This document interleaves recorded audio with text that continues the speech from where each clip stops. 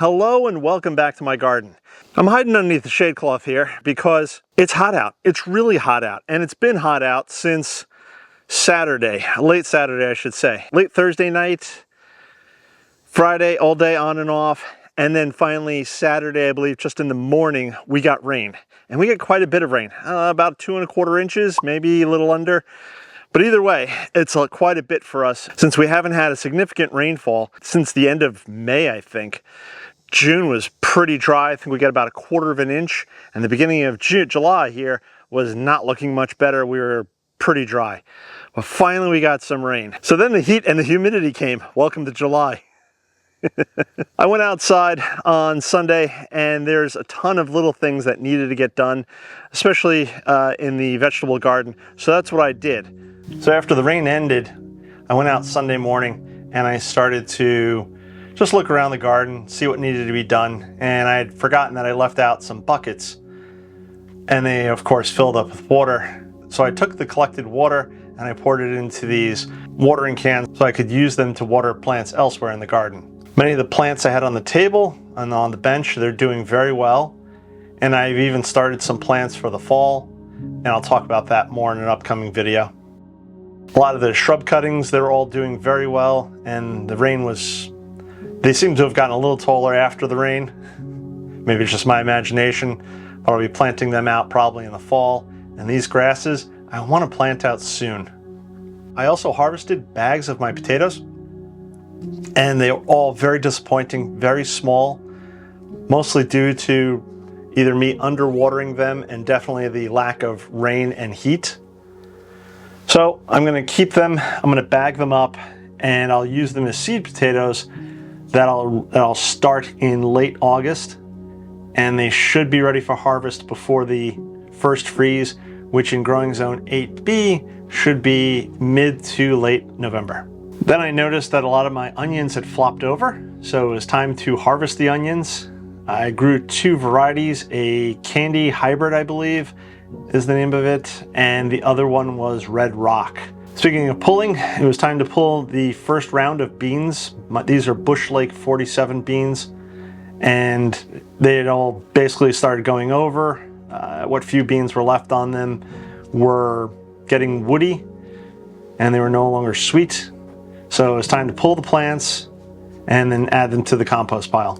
This is my second round of bush beans, which hopefully, they're flowering now, so hopefully they'll start putting beans on in the next couple of weeks. Speaking of harvesting, I started harvesting cucumbers for my wife. The vines have been producing a ton of flowers, and what you can't see or hear right now is the amount of bees that are all over these vines. They're just going from flower to flower to flower. And so there's a ton of cucumbers, even though I can't find most of them because I'm old and blind, but they're there, and I grabbed a bunch of them. And here's a shot of some of the cucumbers that I pulled, and we will enjoy them over the next week or so. Here's some of my sunflowers. I can't remember the variety. I don't know if this is a cherry or a chocolate. I feel like it's cherry. Either way, they're looking wonderful. And right now they're standing about 7 feet tall. Then there's my red zinnia and a volunteer Mexican sunflower in the back. And the bees and the butterflies have been loving it. My cucumber trellis experiment has been going well. I've already gotten a few cucumbers off of that. And my cornucopia and pumpkin trellis is also doing pretty well. The cornucopia squashes have been really taking off. And here's some lemon squash, and they're looking pretty good. Hopefully I'll be harvesting them for my wife soon. My cotton plant has gotten really tall. It's it's about 3 feet tall right now. And I think this is the first seed pod or flower. I don't know which. Then there's my friendly garden bunny. Doesn't really seem to do much damage to the garden, if any at all. Seems just to hop between the rose garden and the vegetable garden. Then I harvested some peppers, and I've been growing a red jalapeno, a bell pepper, which some of them are starting to get nice and ripe, and then a bunch of banana peppers. And here some of them are in the basket with the cucumbers. Here's those onions that I harvested earlier.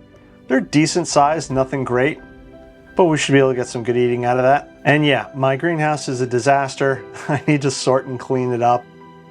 And those tools over there are just another reason why I want a potting shed. The last thing I did before calling it quits for the morning, before it got too hot, is tend to my David Austin Climbing Rose, the Generous Gardener. And what I'm doing here is simply taking a floral wire, which I use to wrap around the rebar trellis thing that I built. And that'll just help hold up and support many of the branches and the stems of the rose. If I'm not mistaken, the Generous Gardener should get to about 15 feet tall. And this trellis stands around 8 feet. And then I also had to tie in some of the branches, because some of them were flopping, or just I wanted them to move to cover a certain area, and some of them were leaning against one another. So I just took a few minutes just to tie them into place and train them to where I want them. There's Sophie. She came out with me for a few minutes in the evening, and as you can see, the grass is just overgrowing in the vegetable garden. It's one of the many tasks I have to try to accomplish this week. I also went out into the flower garden again in the evening once the sun had gone down past some trees, and I started deadheading flowers. Here's one of my Alaskan Shasta daisies. This is before, and this is after. I cut it back pretty hard, and hopefully it'll reflush in the next month or so. But that's only the tip of the iceberg. There's always something going on in the garden. There's always something to do. And hopefully later this week, they're saying it's supposed to cool off. And by cool off, I mean it's going to get down to about 85, which is coolish for us here in Eastern North Carolina in July. Although they are talking about more rain possibly coming at the end of the week as well, which I can only cross my fingers and toes about because it's been so dry and the plants really need the water to deal with the heat. So if you haven't subscribed, please subscribe, click that bell icon to be notified when I do post a new video, because hopefully the next video, I know I was talking about doing benches possibly in this video. That didn't happen. Maybe, I don't even want to say the next video because I'm not sure what the weather's going to be like later in this week, or if I have time to be working on benches for the garden, which is probably one of my next big projects. But definitely subscribe, click that bell icon to be notified when I do post a new video. This way you can see what I'm up to here in the garden, see what's growing, see what's thriving, not thriving. And no Sophie today because it's just honestly too hot. So that's going to wrap it up for today. I'm going to catch you guys on the next one. Bye-bye.